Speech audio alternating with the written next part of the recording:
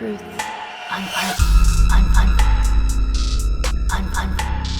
Unforbidden. Truth. Podcast. Unforbidden. Truth. Podcast. Welcome to Unforbidden Truth. I'm Andrew. Today I'll be speaking with convicted murderer Erika Castro-Miles. Erika is convicted of second-degree murder and is serving 15 years in prison, stemming from the May 30th, 2018 shooting death of Dickson County Sheriff's Sergeant Daniel Baker. Erika is the co-defendant of convicted cop killer Steven Wiggins. Wiggins is on Tennessee's death row for the murder of Sergeant Daniel Baker. Sergeant Baker's body cam showed the final moments before his death took place. He was responding to a call about a car that had a flat tire. Now this was Erika's car, which was parked on the side of the road. Erika and Steven were both asleep in the vehicle when Sergeant Baker arrived on scene. Sergeant Baker had been notified by dispatch that the vehicle had been reported stolen. Sergeant Baker had ordered Wiggins to step out of the vehicle. In a woken panic, Wiggins tried to explain to Sergeant Baker that the door wouldn't open from the passenger side. Throughout the entire incident, Erika was in the front passenger side of the vehicle. Sergeant Baker had asked if the side door worked, to which Steven replied, it did work.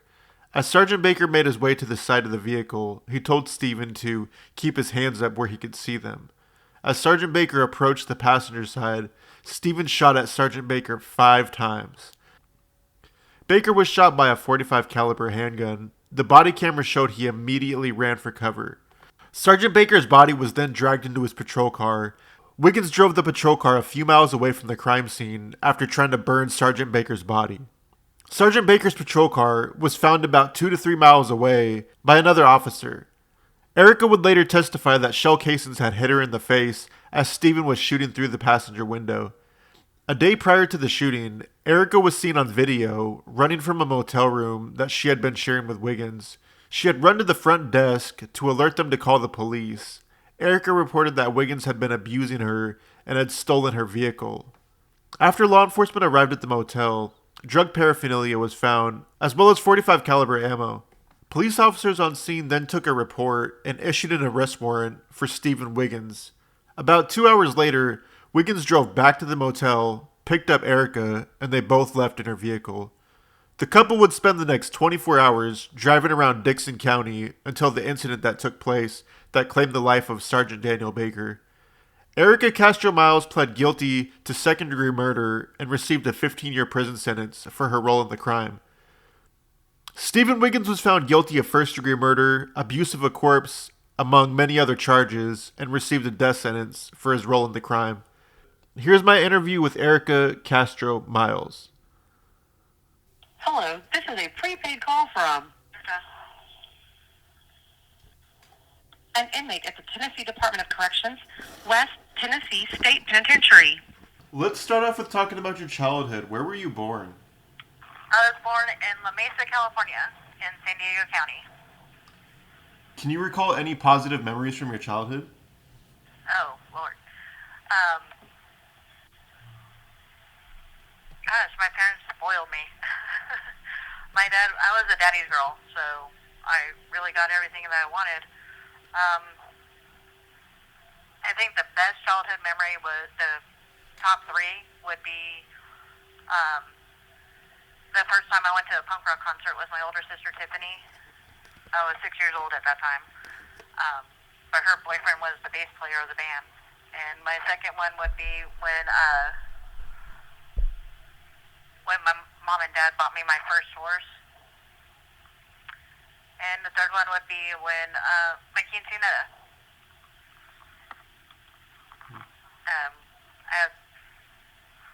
My parents were always there for everything. Parades that I rode my horses in, horse shows, dance competitions, everything. I mean, my childhood was great. Can you recall any negative memories from your childhood that stick out to you? Oh, negative ones.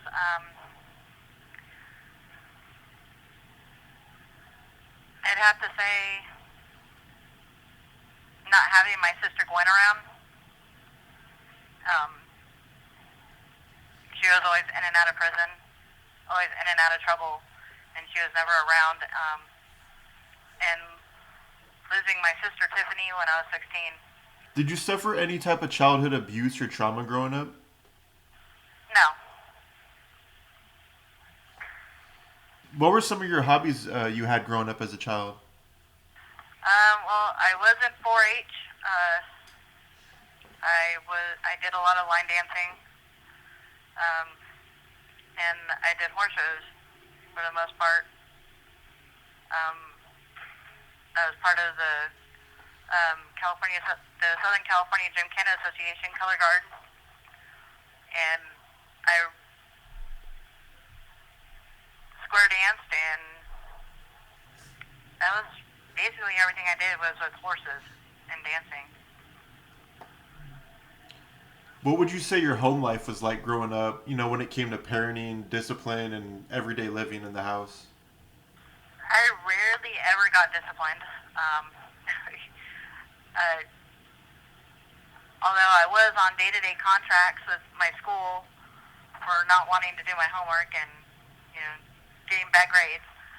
But other than that, I think the only time whenever I really got in trouble, my parents would threaten to sell my horses. But other than that, my parents never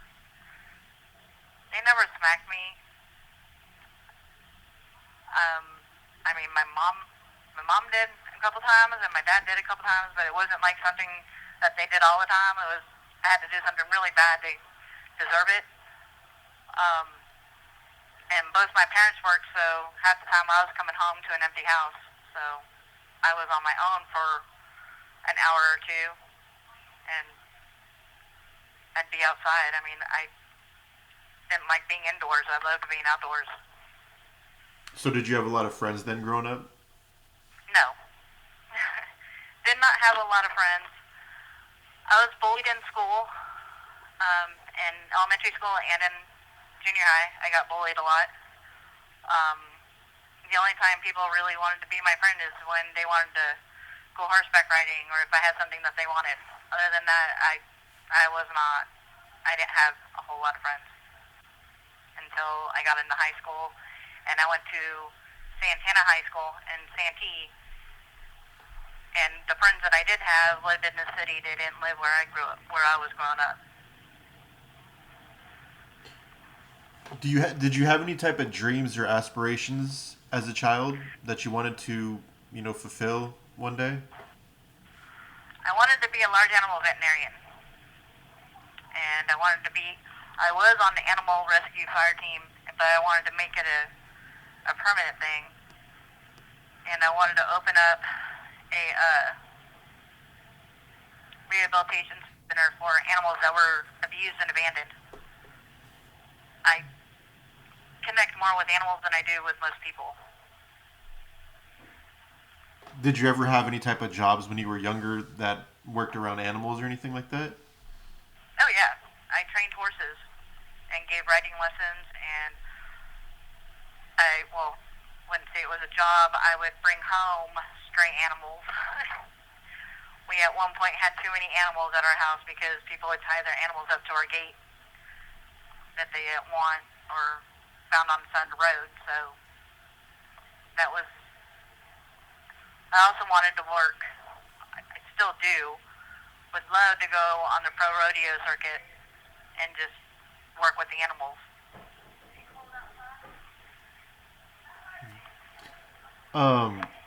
Can you recall what your behavior was like growing up, not only in your household, but with other kids, say ages like 9 to 16, 17 years old prior to turning 18?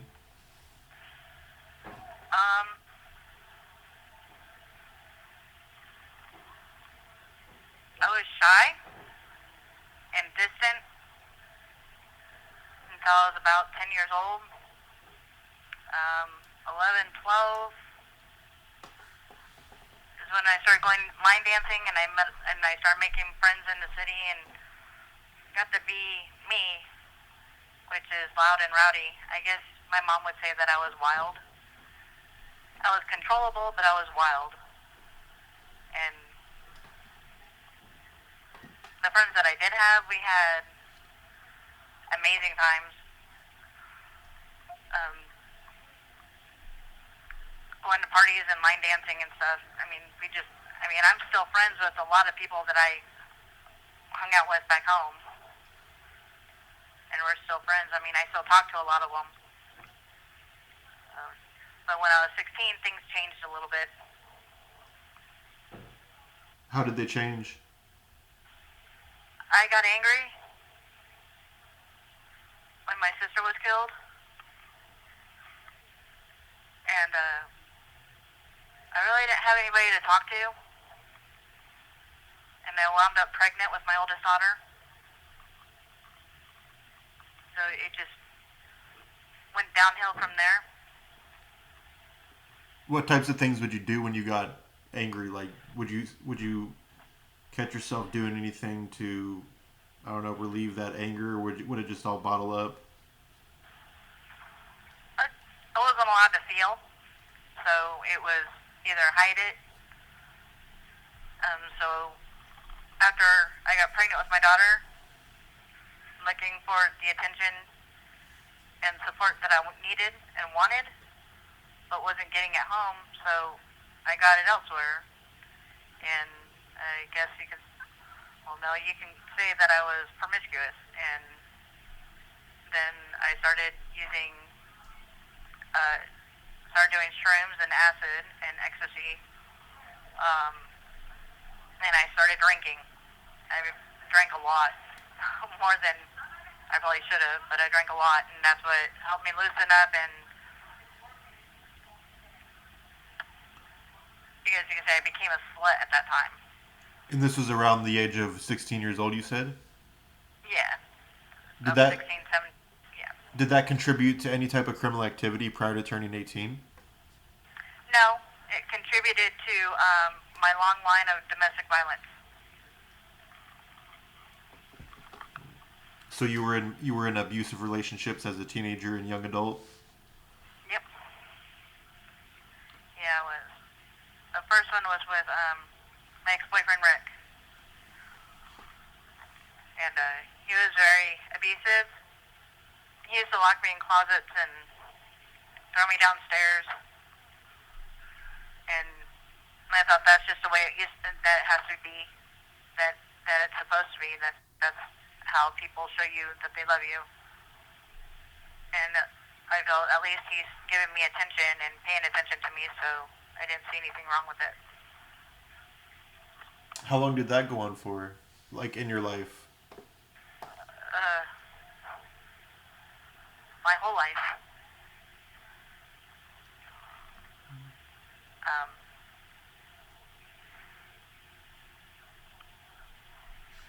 My first husband wasn't that way. Jeremy, he was more verbal abusive than anything, and emotionally. And he was Braden's father, my daughter Braden's father.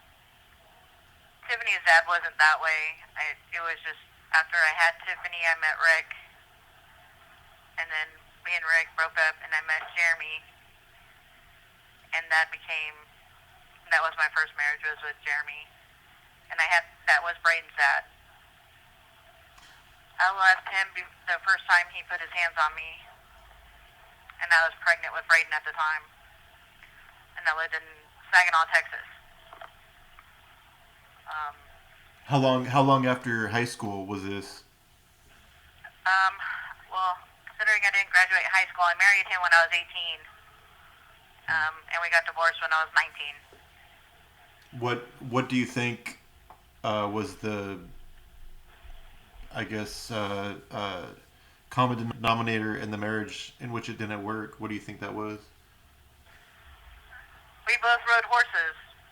We both enjoyed being outside, and we both enjoyed dancing. The age difference I feel the age difference was the biggest issue in our marriage. He was 24 and I was 18 when we got married, so he could go drink legally, but I couldn't. So he could go to the bars and stay out late, and he started cheating on me because of that. So, and when I caught him, it just stirred up issues, and he came at me with a full cue, and I left him the next day. I went back to San Diego from Texas, and ran into Rick, of course, at a birthday party, and Rick and 6 of his friends raped me, and that just tumbled me right back to where I was before. I thought I was getting stronger, but it just made me weaker. Was there ever any type of legal action that came from any of that? Like, was anybody ever charged or arrested or convicted or? No. No. My mom didn't even know until my bond hearing. 4 other people knew besides me of what happened that night, but my mom and dad never knew.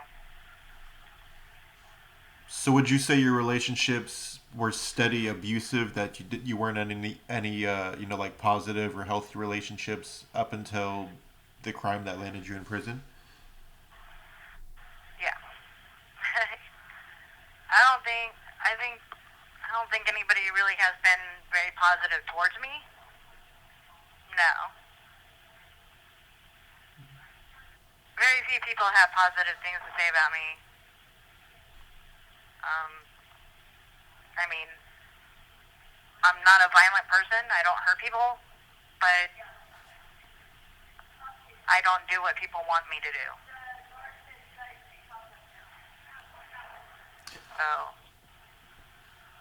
So backing up a little bit, after you turned 18 years old, prior to the case that you're in prison for now, in between all of those years, did you engage in any type of criminal activity that resulted in arrests or convictions?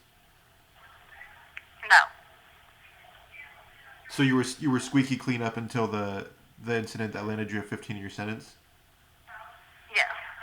And I think the only thing they ever had on my record when I got arrested was failure to appear and driving on suspended license.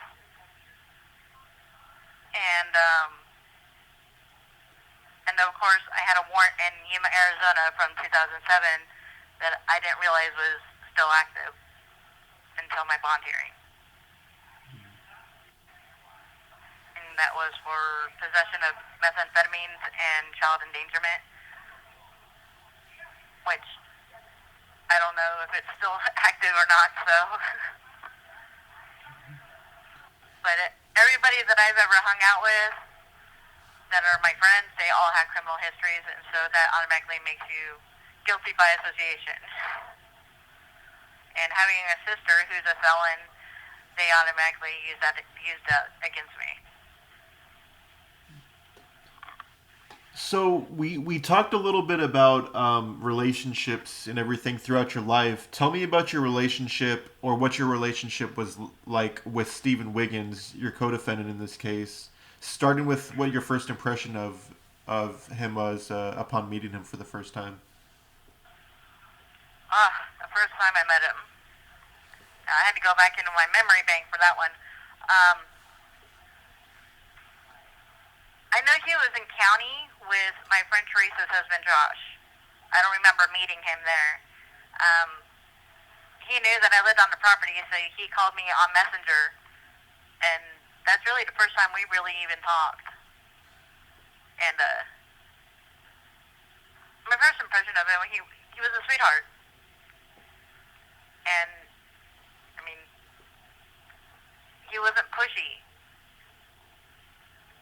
like most people, like most men are. He didn't push any subject or anything. He was looking for Teresa and Josh, and knew that I still lived there, so he called my phone, knowing that I would probably be home, because everybody knew that I didn't go to work until 1 o'clock. But I mean, he just wanted to talk, and for the first time, somebody asked me how I was doing and if I was okay. And that was the attraction, was that he wasn't interested in anything else, just to get to know me. Did you feel like he was genuine? Yeah, I do. Did you find that you had anything in common with him at the time? Yeah.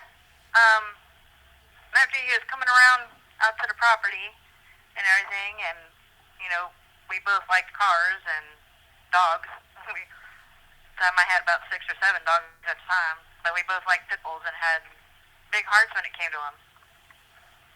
So it was like we had a common denominator, and we both put our kids before anybody else, and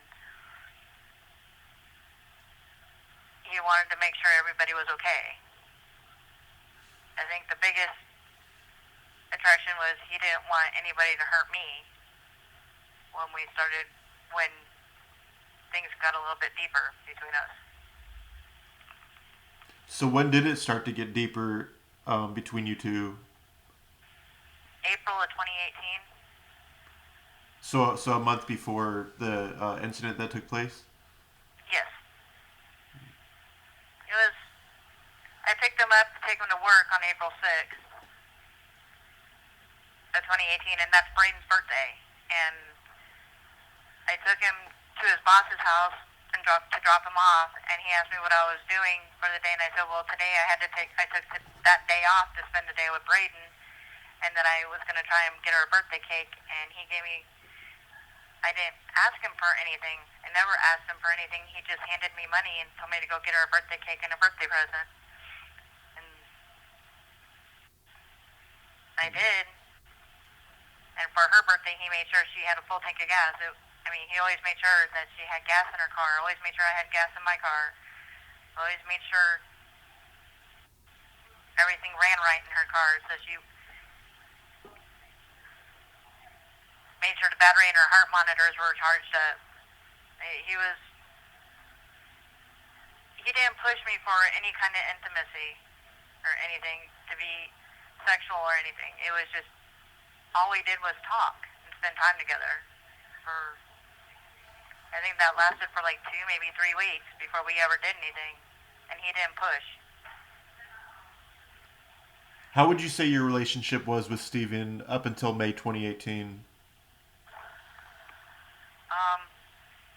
Our relationship was good. We had our little bickers here and there, but other than that, there were boundaries, and neither one of us crossed them until May. So you never saw any type of like red flags or anything that No. was... No. So a day before this crime took place, an incident took place between you and Steven. Can you tell me about that before we talk about the crime that took place? I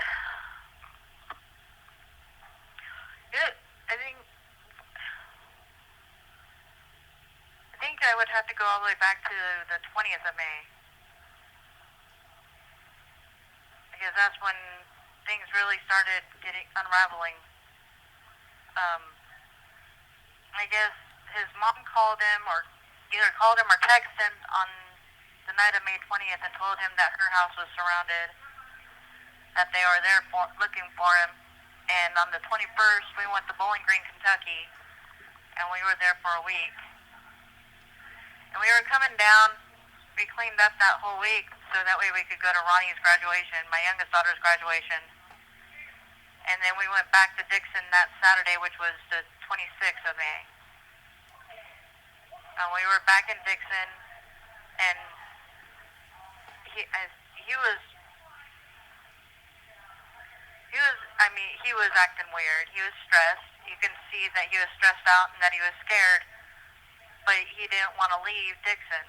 So we stayed there, and on the 28th, we got a hotel room in Kingston Springs.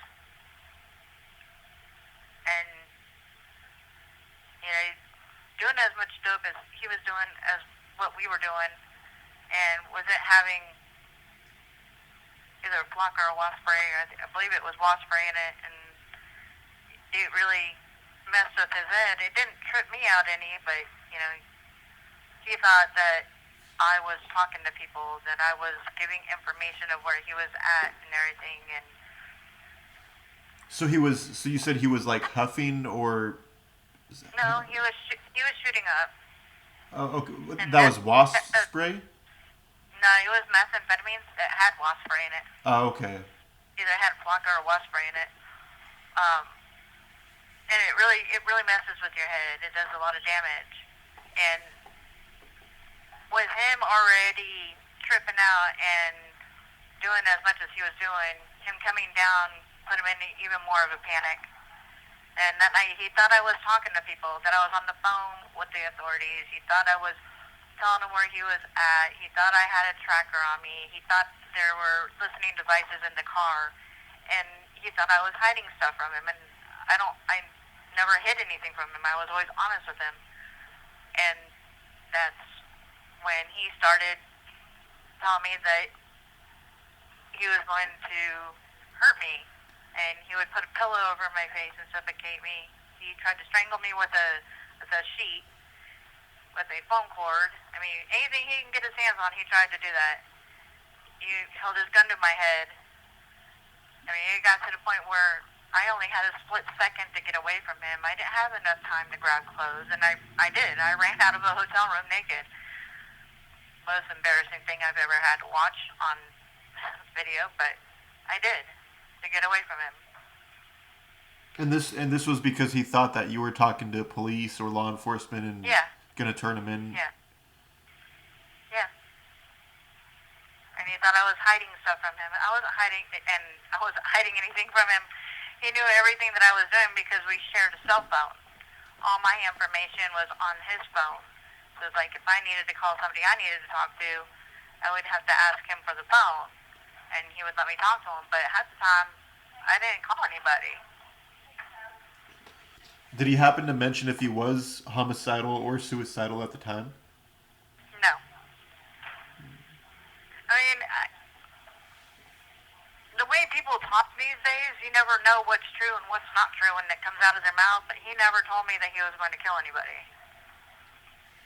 The only person he ever said he was going to kill or hurt was me, and that was only when he was high, because when he would come down, I'd tell him what he did, or he'd see the bruises, and he'd break down crying. Did you think he was going to end up killing you?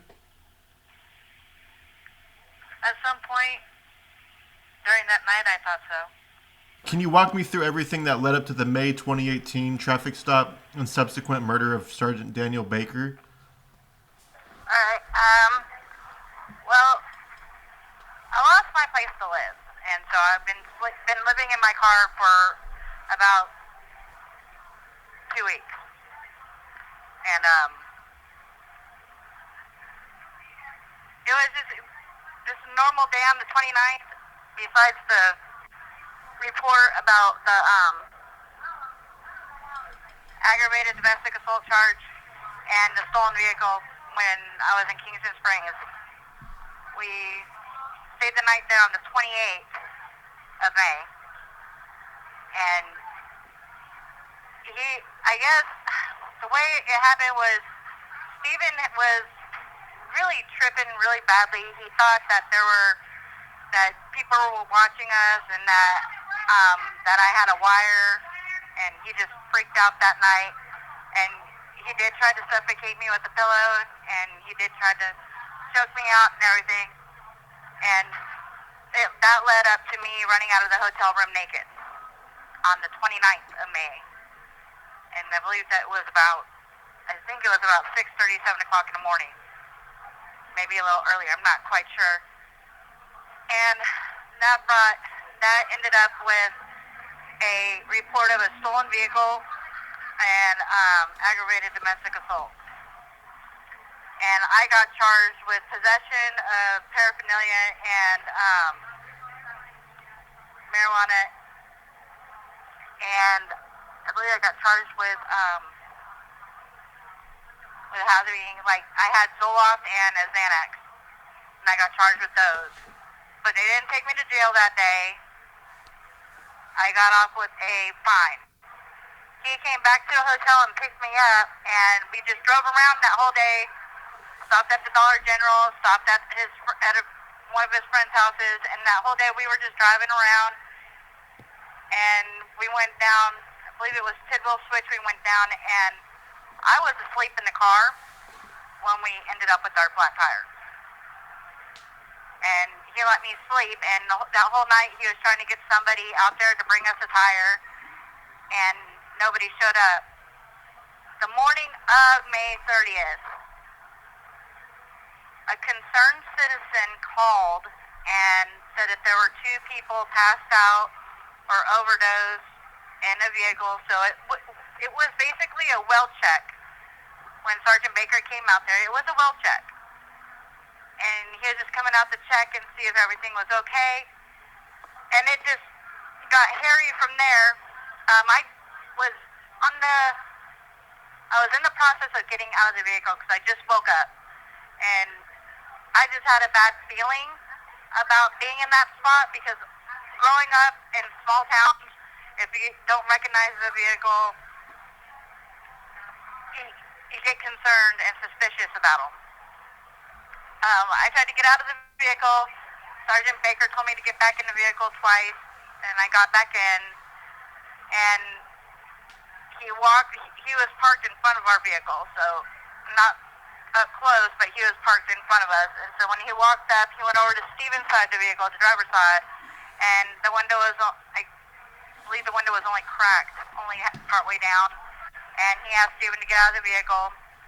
At this point, he was asking for identification. Steven gave him his brother's name, and all I had on me, because I didn't know where my picture ID was, because Steven was paranoid and he went through all my stuff, and so my stuff was scattered all over the place. I had no idea where my ID was, so I gave him my social security number. From there, he called in the plates, and Steven kept on telling him that the door wouldn't open, that the window wouldn't roll all the way down, and Steven was scared, and of course, he was coming down from being high for so long, and I was just in shock about everything. And when Sergeant Baker came around, they told him that the car was reported stolen, and he was coming around the vehicle from the back end to let me out, to get me out of the vehicle so Steven can climb over the passenger seat to get out. And that's just how it all happened. It wasn't anything set up or anything. It just was something that just happened. He shot 4 times out the passenger side window. And from what I've read in my discovery and from what I have heard through the media and through being in court, he unloaded a clip. I don't know all the statistics after that, all the specifics, because he told me to run, and I didn't. After that, I don't know what happened. So all I know is what's in the discovery, what was recorded. I mean, I know the videos and everything show what happened, but I wasn't there for all that. I was in the woods somewhere running. So what was going through your mind then when you were running and hearing those shots ringing out? Am I next? I mean, he did tell me to run. Told me he was afraid he was going to hurt me. And all I can think of is, am I next? What's going to happen now? I was in utter shock. It was like being frozen and then having to be defrosted just to process what happened. It's not something I ever wanted to go through.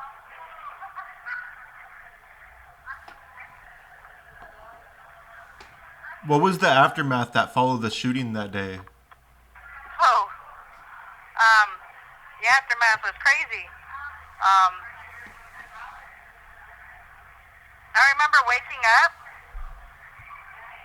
I hid in a tree stand, and I passed out, and I remember waking up and hearing helicopters.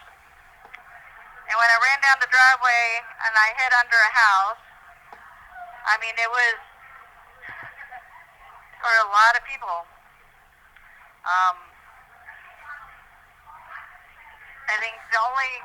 I remember being found under the house and having one rifle barrel and being told to lay on the ground and have one rifle barrel in between shoulder blades in my back, and I had one pointed at my head.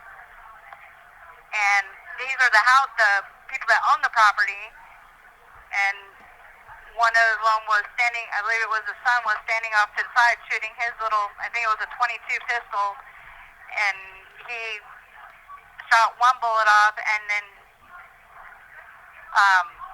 cocked his gun again and looked at me and told me that the next bullet was for me, that he should shoot me in the head like Sergeant Baker was. And then after that I was Hickman County Police Department came, and they put me in their car, and then I was taken out of that car, and I was brought back over by the house, and then I was put into another car. I mean, it was just a number of vehicles that I was put in, and the number of people out there was insane. I mean, I've never seen anything like it, and it was terrifying, like, extremely terrifying. So how long after the shooting took place were you arrested? Would you say it was like within an hour or less than that? It was like, I think it was like 2 hours, 2 or 3 hours after. So were you two just rolling around then, riding around, looking for somewhere to hide? I wasn't with him. I was by myself. I was just running through the woods, through pastures and creeks, trying to find somewhere to hide. I was scared. I don't know where he was. I didn't know where he was. I didn't know what he was doing, because when I left, he was still there. And from the videos and everything, he put Sergeant Baker in the back of the vehicle and drove off with them. I know that he tried to set him on fire, but I wasn't with him when all that went on. So the last time you saw him was when you were running away as he was shooting at Sergeant Baker?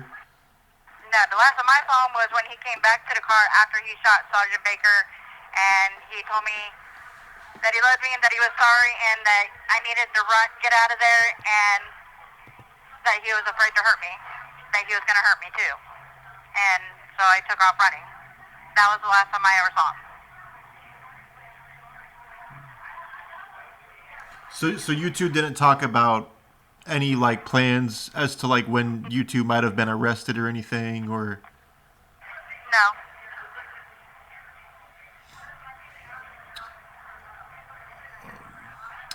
So when you were taken to jail, were you immediately taken to TPFW as a safekeeper, or were you held in county jail?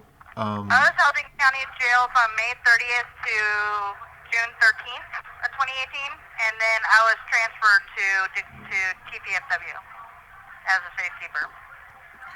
So for those that aren't familiar with the term safekeeper, can you break that down, which is specific to Tennessee? Yeah, being a safekeeper means the county doesn't want to hold you due to your case, your charge, attempted escape, mental health, or things that they can't care for.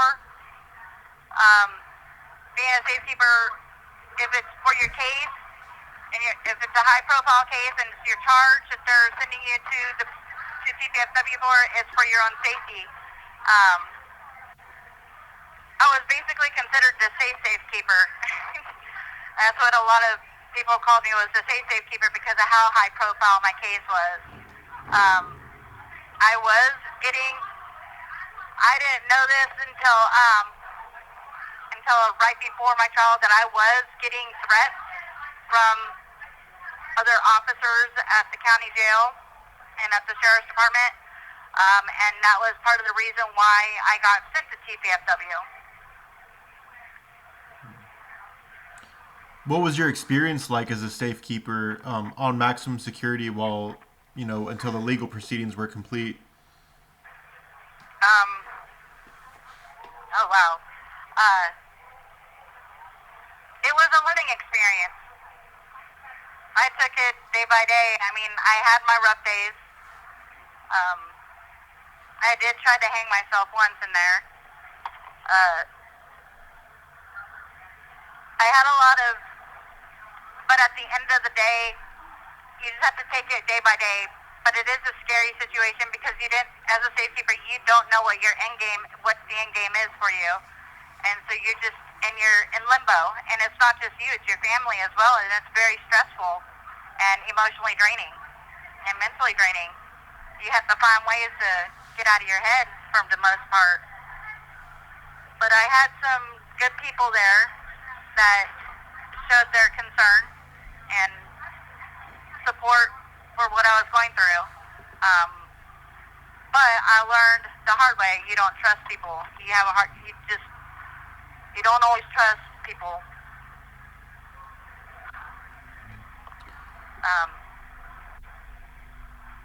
But it also institutionalized me a little bit, and it was hard to be back out in population for the first month and a half.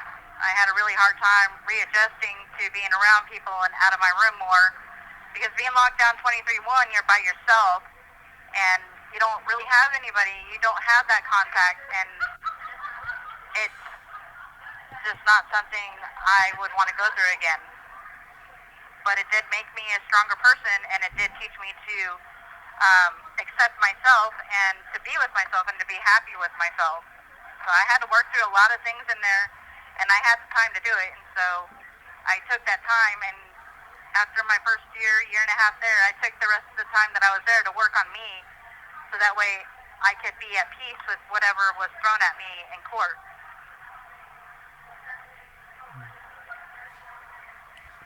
So, before you were convicted, your co-defendant was convicted and was sentenced to death. Did you have any reactions to his verdict? Yeah. I was angry with him. I had a lot of anger towards him for putting me in this situation, but it broke my heart, too, when they sentenced him to death. Because it didn't have to end it didn't have to end this way. It didn't have to end with somebody dying, and it didn't have to end with him being put on death row. I mean, taking 2 lives doesn't fix everything.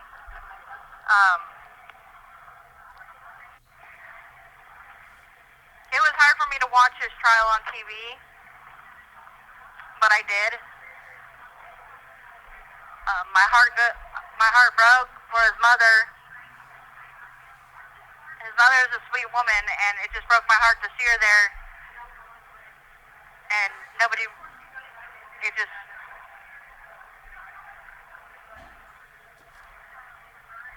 and seeing the way when they put Sergeant Baker's handcuffs on him and put him in Sergeant Baker's car and drove him off, all I could think about, okay, is this what they're going to do to me? Is this how they're going to parade me around? And it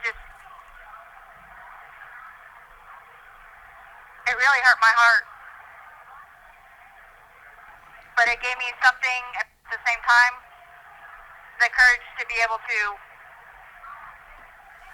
sit there and be at peace with what was going to be thrown at me, and to be prepared that that was a possibility, that the way they did him was the way they were going to do me. And did the same thing happen to you? With the handcuffs and the cop car and everything? No. Actually, it didn't happen like that at all. It was still scary, but it didn't happen like that. I ended up taking my plea deal, and on the 3rd day of my trial. So we didn't get to the end where my people testified or anything on my behalf. We didn't even get to, TBI didn't even get to testify at my trial, because I took my plea deal, and afterwards they just handcuffed me and took me out, took off the taser belt, and then I sat there for a few minutes in the holding cell before they took me back to county, and I had to spend the weekend in county before they took me back to TPFW. I don't know if I was in patrol car 500, which was Sergeant Baker's car. I don't know if I was in his or not, but I know I was in one of their black SUVs. And I had a transport. I had a like they always do with us. They transported me with an escort, so I had a transport escort as well. And I came back. So when you are being escorted, is it like how it is in the movies? Is there like a guard with a shotgun pointed at you or sitting next to you? No, no. I mean, they have the guards there. The officers are there. They have one at the back door and they have one on either side of the judge, but they don't have guns pointed at me. They didn't have any guns pointed at me. I had a taser belt on, which that would have been enough to take me down. So when you were finally convicted and you took that plea deal of 15 years in prison, how did you feel when you were handing down your sentence?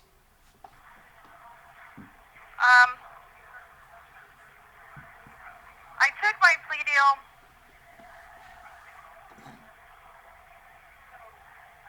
The family didn't want to watch the body cam again, and I didn't want to watch it. I didn't want to live through it again. I already lived through it. I didn't want to see it.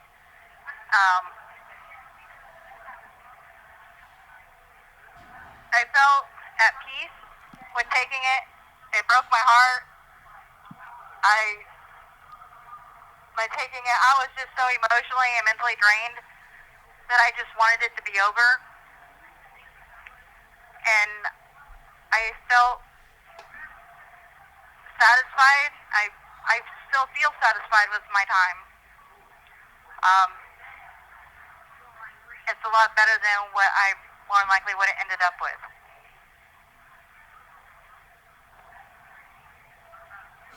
At least I'll have time when I get out to spend with my kids and my grandkids. The only thing that I regret about it is that I more than likely won't see my mom again.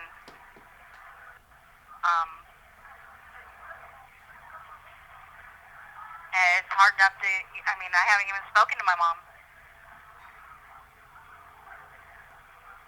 So I really don't know what she thinks about it. So, I know that I'm at peace with it.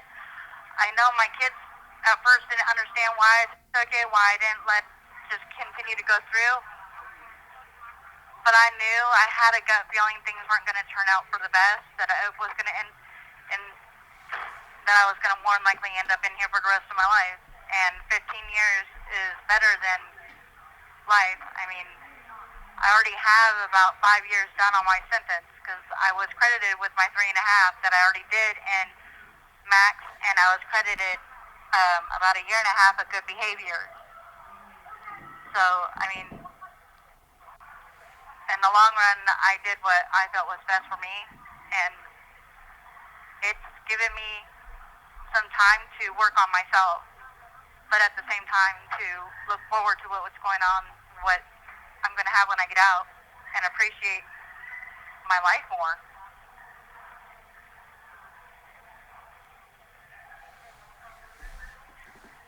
So how do you spend your time in prisons these days? Well, I'm in a program. I'm in TC, which is a behavior modification program. It's also a drug program. So I do group meetings. I do get assignments that I got to do. I have to work, which right now my only job right now is I'm on safety, so I have to walk around with a no talk sign. I read a lot, and some of the assignments that we do have really opened up some gates for me to realize what's really going on, what really went on in my life, and what has really been going on in my head. I go to NA meetings. I believe that's every Wednesday, and it's just we do programming all day. We do a group meeting in the morning. We do phase meetings and everything, and it's a 9-month program. And then after my 9-month program, I will be hopefully going to the pause program and working with the dogs. So, I'm not just sitting around doing nothing. I am constantly busy. I've learned how to sew and make pants, and but I really enjoy my time reading.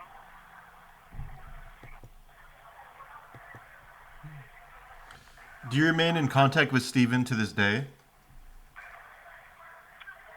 Yes.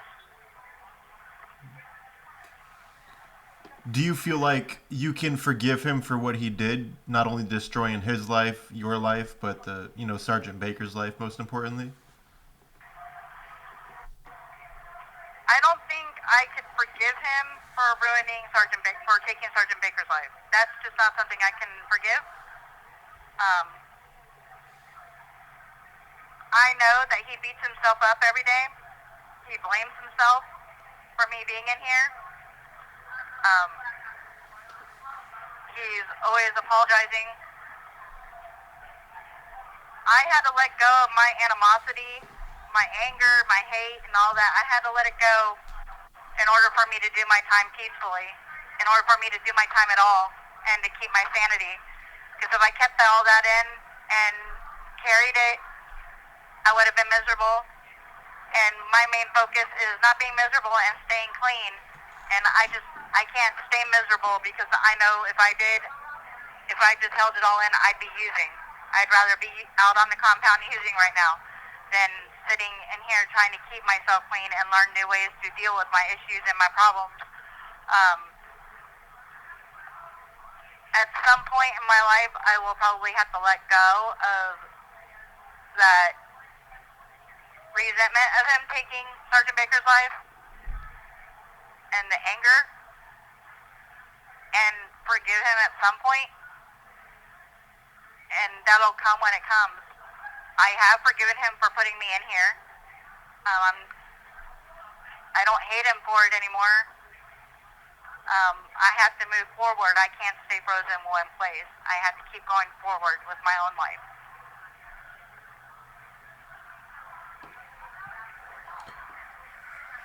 If you had the opportunity to speak to the family of Sergeant Baker, do you know what you might say to them, if anything?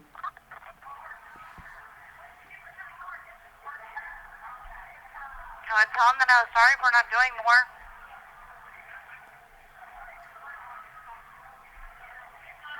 I don't know what else I would say. I know I could have done more.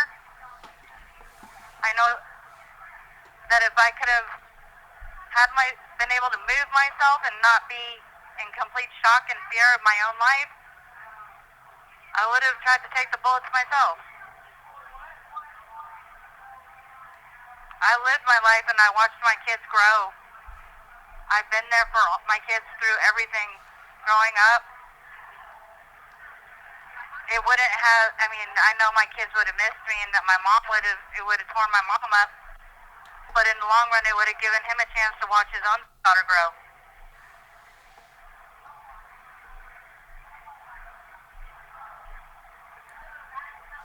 Do you have any regrets in life? I have a lot of regrets in life. I regret a lot of stuff in my life. I regret being an addict. I regret ever doing my first line. I regret putting my kids through watching me get beat up. And I regret not fulfilling my own dreams. But if I would have done all that, I wouldn't have had the chance to be a mom to 3 beautiful and intelligent, smart girls. And I wouldn't be a grandmother today. The things I regret was just part of my journey and part of my story. It doesn't mean I have to live in it for the rest of my life. It just means I got to move forward and make a new book, write a new book about my life. And to learn from my mistakes and my regrets.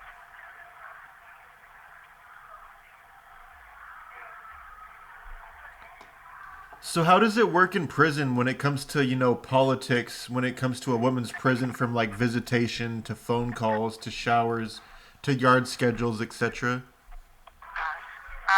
Well, there's always a line for the phone. And we usually only get to use the phone for 30 minutes, as many times as we want during the day. Except for during program hours. Showers, We can take them in the morning, the afternoon, or in the evening. There's a line most of the time, and I mean, I think the biggest issue right now, the biggest politics is everybody getting along. Although it's not going to ever happen because we're a bunch of women in here. Visitation, we get to do video visits, and which cost $10 for our families. Our families have to pay for the Zoom visits. I haven't had a visit since I've been sentenced, so I haven't seen anybody since I've been able to get contact visits. So I don't really know how that works just yet. It hurts every day knowing that my children, not so much my oldest daughter, but my two youngest daughter, have been through hell because of all this, and not being there for them is the hardest thing I have to go through every day. I've been mom and dad for them, and I'm always there, and I haven't been there. And So, before we conclude this interview, is there anything that you'd like to talk about that we haven't covered yet?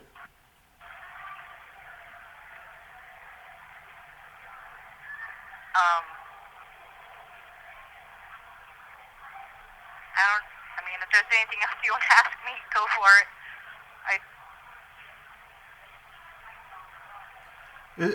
Is there anything that you want, like, the world to know about you or Steven or the both of you that might not be out there in the media?